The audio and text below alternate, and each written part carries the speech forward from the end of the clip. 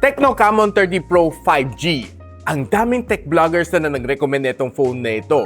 And this one comes together with a Dimensity 8200 Ultimate, Sony IMX890 na camera sensor, 4K 60fps na recording both front and back, 144Hz ang kanyang screen refresh rate, plus 70 watts ang kanyang fast charging. Do you think i-recommend ko rin tong phone na ito? Watch till the end, sasabihin ko sa'yo.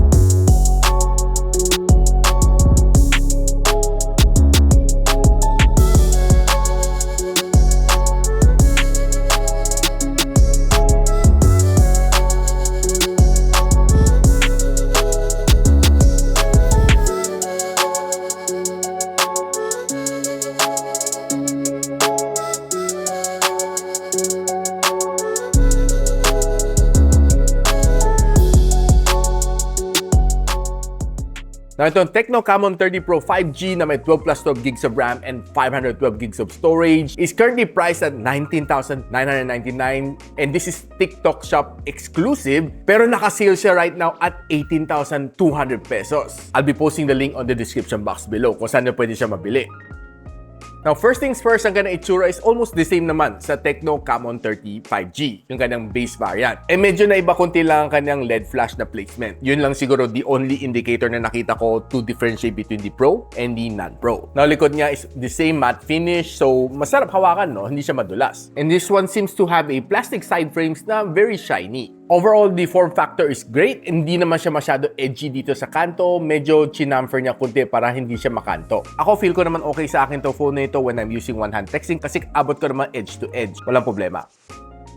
Now, ito phone na ito is being powered by the MediaTek Dimensity 8200 Ultimate. It's a 4nm chip and currently it's running iOS 14 inside Android version 14. So, expect the latest. And if tama naman ako, this one gets 2 years of software updates. And checking Antutu benchmark, nakakuha siya ng 939,000 points. And if you break down, this is the score na nakuha ko. 1,740 ang kanyang loop score sa Wildlife Extreme, and it got a 98.5% stability. Ito ang score na nakuha ko dito sa Geekbench na CPU benchmarking. Ito naman sa GPU benchmarking niya. And ito ang nakuha ko sa kanyang thermals, not looking the best, and it throttled to 77% ng kanyang best performance.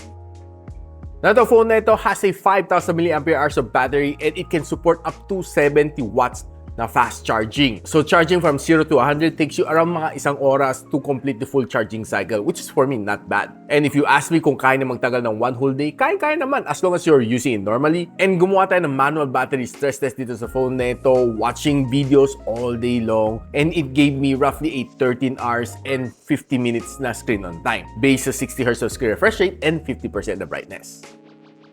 Now, the phone na ito has a 6.78-inch na AMOLED display. And what's nice dito is it has a 144Hz of screen refresh rate, which is probably one of the first from TECNO sa kanang Camon series. And further, itong phone na ito also has a 90% na screen-to-body ratio, meaning manipis ang kanang bezel sa sides and sa ilalim. Wala akong idea kung ilan nits ang kanang maximum brightness, but nung tinry ko siya under the direct sunlight, I was able to read naman and watch videos directly dito sa phone na ito, and wala naman naging problema. And nung nagsiscroll ako sa Facebook, sa TikTok, and sa Twitter, okay naman, it gave me a really good experience dito dahil okay, mabilis naman ka ng refresh rate. I could hardly tell between 120 and 144Hz screen refresh rate, no? It's almost the same siguro sa aking mata. Maybe hindi lang ganun kabilis ang mag-react ang mata ko siguro, no? But you can easily tell between 60 and 90, but between 120 and 144, I could hardly tell it myself. And to phone na ito has a level 1 Wi-Fi security level na na-check natin dito sa DRM info. That means na pwede ka manood ng HD sa Netflix and on your other favorite na online streaming apps. So if you're watching videos on YouTube, expect mo magandang videos dito, resolution niya. And I was able to set to 1440 watching some videos dito. It was good. And the black is blacker, the image are sharp, and definitely you'll be able to enjoy.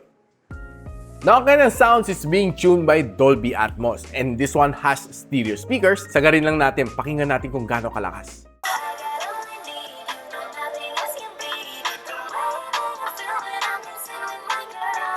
Okay lang kanyang sound, but it's not the loudest na na-try ko dahil medyo imbalance siya, no? Mas malakas sa ilalim and a little bit softer dito sa ibabaw.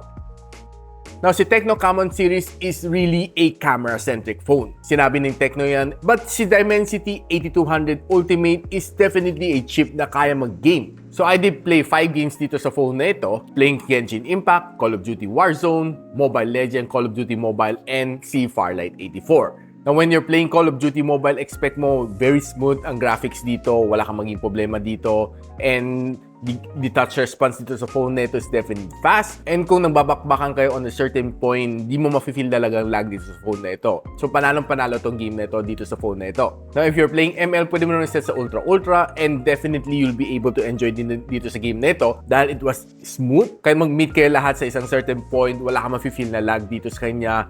And this one heated up to 45 degrees Celsius based sa akin miles na thermal scanner. Now, if you're playing Call of Duty Warzone, okay din. You can set it to mid na graphics.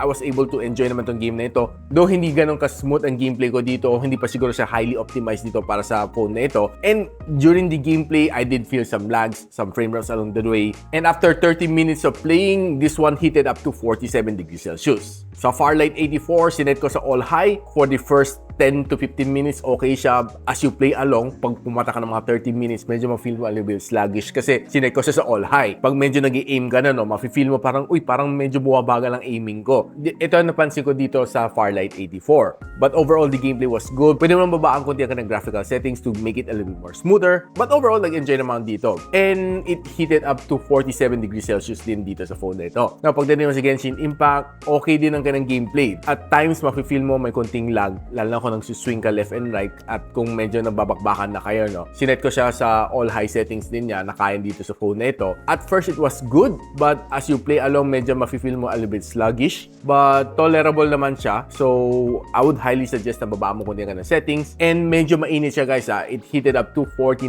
degrees Celsius. And I would say na dahil this is not your gaming phone, probably yung kanyang cooling system is not optimized for gaming, but you can always buy a cooler to cool it down faster. And of course, kung gusto nyo ng weather check, it's right now 27 degrees Celsius dito sa Metro Manila. And medyo warm konti dito sa aking room. I'm just using a electric fan while playing the game. So that's my weather report.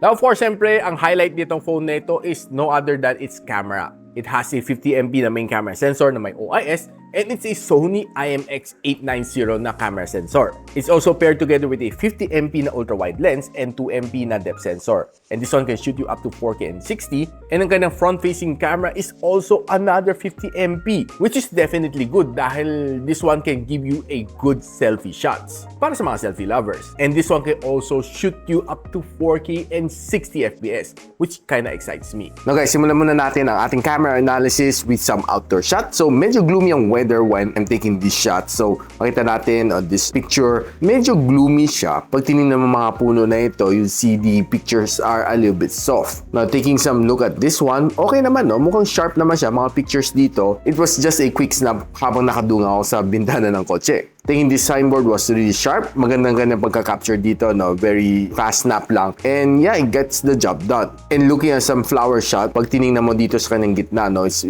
preserve ang kanyang mga details. And maganda rin ang kanyang pagka-background blur. Then taking some greens naman, I would say hindi sa saturated ang kanyang colors. Looks very natural, which is one of the things that I'll appreciate dito sa TECNO Camon 30 Pro 5G. Na probably itong purple niya is really nice. Hindi siya ganun katingkad in actual, pero dito it looks very nice and very natural ang kanang color. Looking very good. Perfect for Instagram. Now, if you're playing with yung kanang ultra wide lens, this is what you'll get. And ito naman kanang normal lens. And this is a 2x zoom lens. Na makita natin if you zoom it for 2x, very clear pa rin ang logo ng MDC dito. Mapapansin mo lang kanang color is a little bit inconsistent between the ultra wide lens and the normal lens. Pero pag yung normal lens yung kanang 2x is quite close naman ang kanilang colors. Dito sa ultra wide lens, makita natin, it's a little bit more darker ang clouds.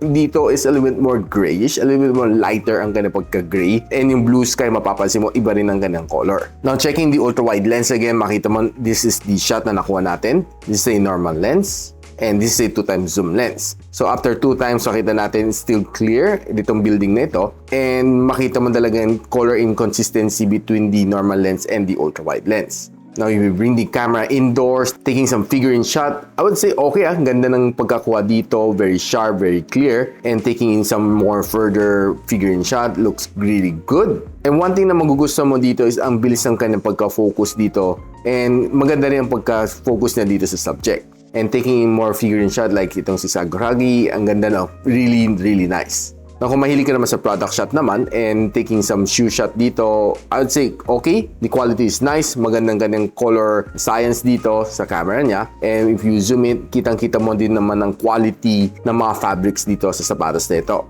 Makita mo itong painted glass na ito, no? Looks really nice and very sharp ang kanyang details dito, which I kinda like this shot. And since it's Mother's Day, I was able to take in some flower shot, and yeah, ang ganda rin ng mga shots dito from indoors. Ito mga bulaklak na nakuha natin. And kung mahilig ka rin naman sa food photography, okay din. This camera was able to perform, and yeah, was able to take in some natural shots ng mga foods. Napag din naman sa front-facing camera, something that I noticed dito is quite sharp din ang kanyang pagkakuha. No? There's a lot of details dito sa aking mukha, especially when you zoom it. Lahat ng imperfection, kitang-kita mo, no? Lahat ng blemishes, and yeah, it's almost unfiltered. Now, if you take the camera indoors, one thing that nagustuhan ko rin sa kanya is magandang pagka-pop out ng subject, separating itself from the background. Here's another good shot na nakuha ko from indoors, and this is another good shot. Now, if you're using the front-facing camera, itong kanyang camera isn't the best that you can use. Yung kanyang resolution is good, except that talagang shaky, mahihilo ka lang talaga. Now, if you're using naman ng kanyang rear camera to take a 4K video, something that you'll appreciate dito is smooth ang kanyang transition, panning left and right. If you're just walking using the rear camera, expect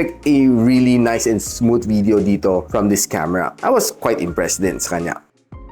Now guys, with all of that said, itong phone na ito is currently selling at 18,200 at a discounted price sa TikTok shop ni Techno. Is this phone a worth buy? Now, if you're looking for a phone that can perform, lalo na sa gaming, this is definitely not the phone for you. Now, probably kung binaba ni Techno ang presyo nitong phone na ito to 17,000 pesos, the same kay Poco X6 Pro, I think this is already a good choice. Kasi it doesn't only perform sa gaming, it also gives you a good camera experience. Kasi si Poco X6 Pro is ganun-ganun lang pagdating sa camera. But if your choice is si Redmi Note 13 Pro Plus 5G or si Oppo Reno 11 5G, I would say go ahead, bili mo na tong phone na ito dahil the other two are overpriced. If you're getting this at 18,000 pesos compared to the other two na around mga 20,000 plus pesos, this is definitely the more worth it na phone. Lalo na going against Reno 11 na Dimensity 7050, no doubt this is definitely the better choice. But overall, na-impress ako sa improvement ni Techno pagdating sa kanyang camera. This one has gone a long way compared to the